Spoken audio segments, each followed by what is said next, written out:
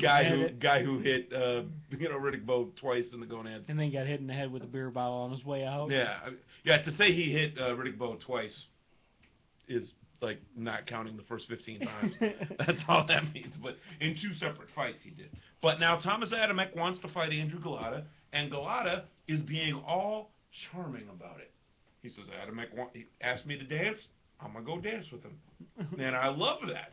I love it. What are your thoughts on that, Mo? I mean, you are our resident Polak, and both of these guys are Polish. I mean, does that mean anything to you? I mean, it's going to be... I don't know where they're going to fight. I'm hoping they fight in Chicago because they both have a huge following in Chicago. They do, but they're fighting in Poland. They're fighting in Poland. I'm sure they both have a huge following in Poland as well. Yeah, if they you think they might be up for it.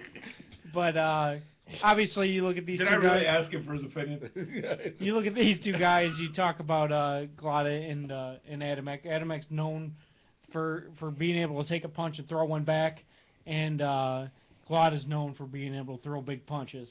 So you're gonna have to see. But can Adamek take shots from a heavyweight? That's very different thing. Yeah, that's gonna be something to look at. And not just any heavyweight. Yeah, the guy who we saw at light heavy this was, with Paul Briggs in Chicago. Yeah, no, this is and that went a long time. That went all 15 rounds, or excuse me, all 12 rounds. And Galata it wasn't in the 60s. Well, I'm thinking it was just a few years ago. Excuse me. Go on. A little flashback. Adamek does get hit a lot. I mean, but we're talking about getting hit by another light heavy, an actual heavyweight. I mean, and Galata's not no slouch as a boxer either. I mean, he can hit, he can still fight. It's just he's screwed himself over several times as opposed to titles. He's in his early 40s too, though. Well, yeah, he slowed down quite a bit, but he still hits hard. I mean, he's still an athlete. I mean, he's still doing it professionally, so he hasn't retired and come out of retirement 3 or 4 years. He still weighs 260. Yeah, 260 pounds is crazy. That's nuts. That's crazy weight. I mean, he's without even entering the heavyweight division. Adamek's outweighed by 60 pounds. Well, 60 pounds of muscle. There's no fat on Andrew Galata. He doesn't walk around all slobby. Yeah. Is he an Adonis? No, but he's got thick slabs of muscle all over. The guy can hit exceptionally. And I'm sure Adamek's going to put on some weight, for this. He's probably going to come in 215 or so, but 215 to 260 is be hanging out at the Jack in the Box. He's going to show up all slow and flabby, and Galata's going to box circles around him. That's the fight that you will not see. The big thing is he comes in at 215 at his light heavyweight fights. He adds cruiserweight fights. He shows up at that, yeah. Yeah, he adds that much. You get all the way to 200 for cruiser. Yeah, and then he adds the extra, 15 pounds. You would assume, 10 to 15. That's why he's just not going to have to add weight after the weight. Unless you're talking Gotti, and you put on 30. He's just going to come in. And he's not going to have to cut that water weight. That's the only difference. I don't think he's going to add. Most heavyweights don't add a lot of weight coming into the fight. You don't need to. Yeah, so he's not gonna add a You don't have to make weight. Yeah. There's no weight to make. Ask Shannon Briggs when you watch a heavyweight fight, you don't say, well, this is what he weighed in yesterday. No one cared. No one cares on that. They say, what did he weigh? Yeah. What did he weigh at the weigh-in? 270. Oh, my God, this is going to be good. Or 270. Oh, God, this is going to suck. Yeah. But since both of those, you giving me a Malnagi elbow? Or are you giving me a Juan Diaz elbow? That was a very cool interview. I can't stop talking about that. That was just a really good time. Since we're talking about Polish heritage right there with Galata and Adamek, tonight's Golden Leaf fighter you should know, and we happen to be just outside of Gary, Indiana, right where we're at, which is Tony Zale's homeland. Tonight's Golden Leaf fighter you should know, Tony Zale.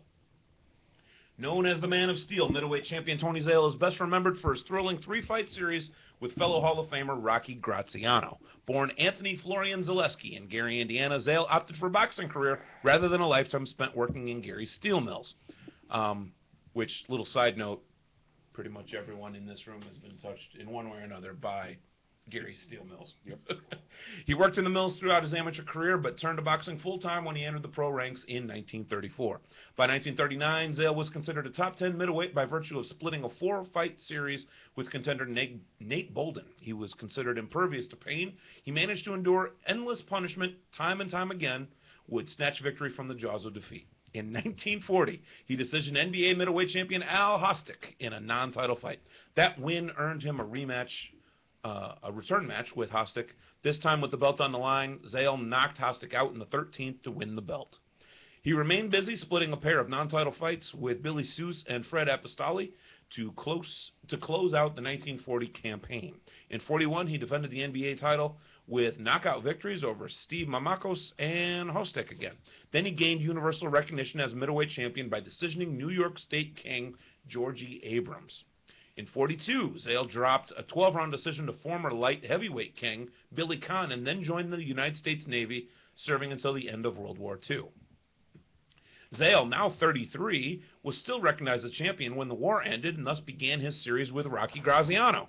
In the first match at Yankee Stadium, each fighter went down in the first 2 rounds. Then Graziano assumed control of the fight, battering ZALE through the 5th round. But somehow ZALE came out and knocked Graziano out in the 6th. That win earned ZALE Fighter of the Year honors from Ring Magazine and Boxing Writers Association of America. The rematch in 47 was just as brutal as the first fight, with Graziano winning this time by 6th round knockout. In the 3rd and final match, later in 1947, ZALE knocked out Graziano in 3 rounds to regain the crown. 3 months later, ZALE lost the title to Marcel Cerdan and retired from fighting. So exciting were ZALE's fights that 2 of the Graziano contests and the Cerdan fight were named Fight of the Year by Ring Magazine. Born May 29th, 1913, died March 21st, 1997. 87 total fights, 67 wins, 18 losses, 2 draws, 45 wins by knockout. Inducted into the International Boxing Hall of Fame of Canastota, New York in the year 1991. Tonight's Golden Leaf fighter you should know, Tony ZALE. Amo, real quick, you have a Tony ZALE story. Well, he was at my grandparents' wedding anniversary, their 50th wedding anniversary, basically because he stood up in their wedding. It's kind of cool that he stood up in their wedding. I sat with him. I mean, I was only like 10 years old at their 50th awesome. wedding anniversary, but and his wife was much younger than he was. I believe she was one of those former baseball players, or during the war. Really? Oh, Yeah. she was on the American Girls Baseball I've League? heard you tell this story before, and I don't remember you saying that. That's cool. You're going to tell me that story again next time Santa Claus will have been there or something. It's something new every time I hear it. That's awesome. But yeah, he was a very charismatic guy, and I enjoyed sitting with him while I did. And I was very young at that time. I didn't even know who he was. I knew he was famous, but I didn't know who he was. But obviously he's a legend, and we talked about Paulie Malignaggi a little bit earlier, and Tony ZALE was his days, our day, Gotti was Tony ZALE. They talk about these knockouts where he came back and won these knockouts against Graziano and whatnot, but it's very similar to what Gotti did in his career. Very true. Awesome. And he looks very much like,